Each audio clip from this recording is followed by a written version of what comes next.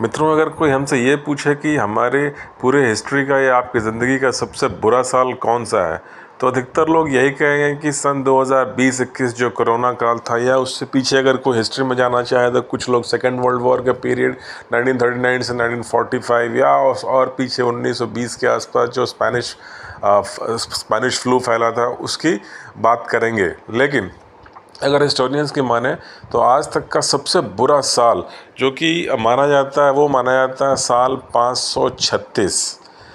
Harvard University के medieval history के professor Michael McCormick कहते हैं कि 536 was the worst year to be alive. यदि कोई इतिहास में ऐसे कोई एक साल की बात करें जिसमें कोई जाना नहीं चाहेगा तो साल है शायद 536 ईस्वी का। महामारी और इस तरह के मानवीय त्रासदी और भी इतिहास में होती रही है, लेकिन कोई ना कोई एक बचने का रास्ता रहा है। इससे अगर हम आज कोरोना काल की बात कर रहे हैं या सेकेंड वर्ल्ड वॉर इस तरह की घटनाओं की बात करें, तो कम से कम इसमें ज्ञान विज्ञान और मॉडर्न साइंस और टेक्नोलॉजी का सहारा था। काफ़ी लोगों को इसने बचा भी लिया। अगर सेकेंड वर्ल्ड वॉर की बात करें तो उसमें भी जो है वो एक क्षेत्र में युद्ध हो रहा था। युद्ध से बचने का फिर भी एक तरीका होता है, लेकिन अगर हम आपसे ये कहें कि प्रकृति ने ही ठान लिया है कि जन विहीन कर देना है इस पृथ्वी को, तो फिर कोई बच के कहाँ जाएगा। वो भी 536 साल ऐसा था जब ज्ञान विज्ञान की कोई डेवलपमेंट इतनी नहीं थी। उस समय बिजली का आविष्कार नहीं था, मेडिकल साइंस में डेवलप नहीं थी, कोई ऐसी सैटेलाइट या इस तरह की कोई इन्फॉर्मेशन नहीं होती थी लोगों के पास। तो ऐसा क्या हुआ होगा आखिर 536 साल में। कहा जाता है कि हुआ कुछ यूँ कि 536 साल का शुरुआती दौर तो ठीक था, लेकिन जैसे ही गर्मियाँ शुरू हुई ईयर 536 में, वैसे ही अचानक लोगों ने एक दिन जब लोग सुबह सो के उठे तो देखते हैं कि चारों तरफ, खासकर यूरोप से ये बात शुरू होती है, चारों तरफ जो है बिल्कुल अंधेरा छाया हुआ है। आसमान में काले बादल और धुएं का गुबार है। सूरज का आता पता नहीं है। लग नहीं रहा था कि ये रात ख़त्म हो गई, ये सुबह हुआ भी है कि नहीं। खैर जो भी है, लोगों ने सोचा कि अचानक कहीं से ये बदली या कोई तूफ़ान होगा जो कि कुछ देर में हट जाएगा। लेकिन पूरा दिन बीत गया, अगले दिन दिन पे दिन बीतते गए, लेकिन ये अंधेरा गहराता गया और इस धूल बादल और तूफ़ान के छटने की कोई गुंजाइश नज़र नहीं आ रही थी। धीरे धीरे तापमान जो है गर्मी के दिनों में कम होने लगा और ऐसा लगा मानो कि मध्य गर्मी में ही जो है बिल्कुल विंटर का समय आ गया हो। फिर और ये सिलसिला चला तो कई हफ्तों तक यूं ही चलता रहा। फिर धीरे धीरे 4-6 महीने के बाद जो फसल थी वो फसल ख़राब होने लगी और लोगों में खाने पीने की कमी होने लगी। सूरज की गर्मी कम होने के कारण जो है अलग अलग तरह की बीमारियां अब धीरे धीरे सिर उठाना शुरू कर चुकी थी।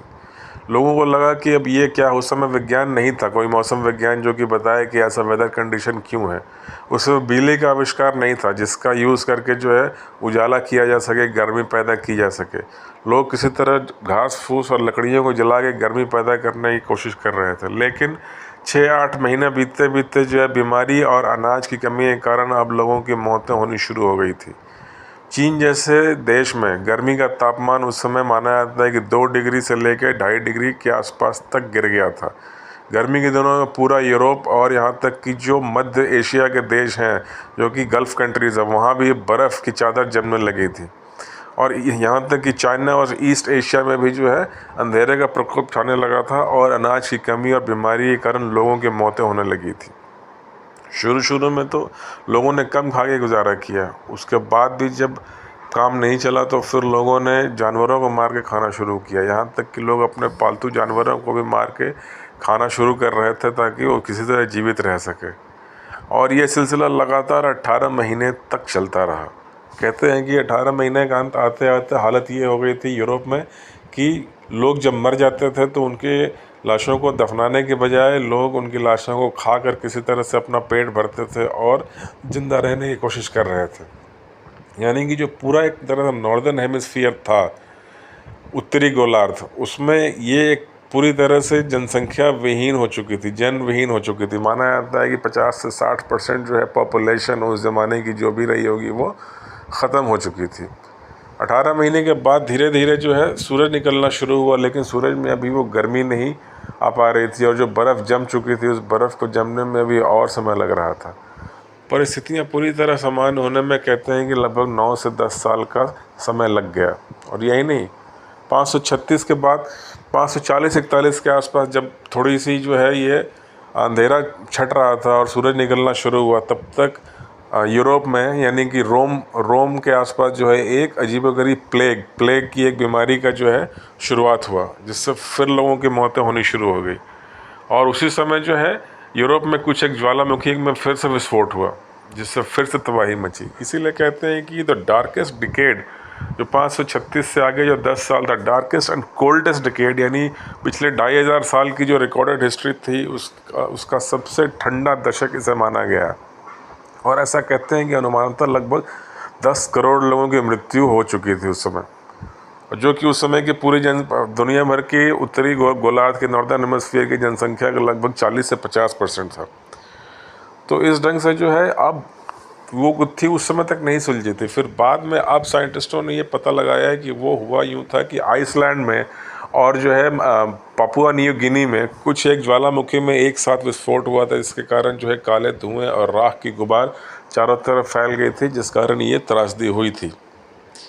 हालांकि उसके बाद और भी जो है ऐसे त्रासदियाँ हुई हैं, जैसे स्पेनिश फ्लू वगैरह, मगर उस लेवल की त्रासदी अभी तक जो है कभी इतिहास में देखने को नहीं मिली है रिकॉर्डेड हिस्ट्री में। उसके पहले हुआ होगा, करोड़ों साल का हिस्ट्री है इस पृथ्वी का, तो हम नहीं कह सकते।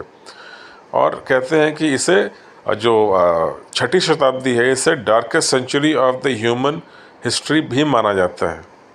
तो हालांकि कहते हैं कि मौत बहुत बड़ी, लेकिन मानना पड़ेगा कि ज़िंदगी मौत से बड़ी है, ज़िंदगी कभी हारती नहीं।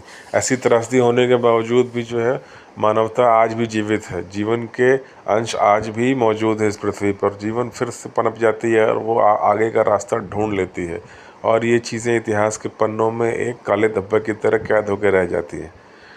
तो यदि मेरा वीडियो अच्छा लगा हो तो प्लीज़ मेरे वीडियो को लाइक कीजिए और चैनल को सब्सक्राइब कीजिए और अपने दोस्तों के साथ शेयर भी कीजिए।